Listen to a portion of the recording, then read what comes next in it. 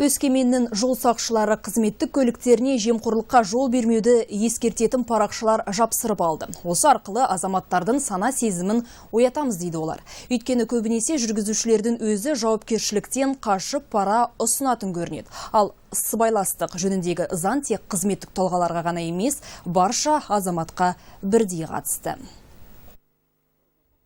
Әрбір патрульді көлікке осындай парақшаларды жапсыруды Өскеменнің жол сақшылары биылдан қолға алды. Тығырықтан шығудың жолы пара ұсыну деп білетін кейбір жүргізушілер үшін ой салатын жаднама. Соңғы кездері тұрғындар тарапынан жол полициясы қызметкерлері пара алады деген наразылықтар жиі айтылады дейді полиция капитаны Ержан Кәрімов. Оның айтуынша, жүргізушілер жауапкершіліктен құтылу үшін параны бірінші болып өздері ұсынады. Ал бұл қылмыстық жауапкершілікке апаратының көбі ескере бермейді.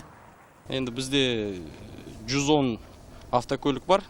Бүгінгі күнгі 110 автокөлікке, каждый автокөлікке жабыстырған, бәріне жабыстырған. Нәтижесі болады деп ойлаймыз енді. Сана сезімдер болады шығар енді.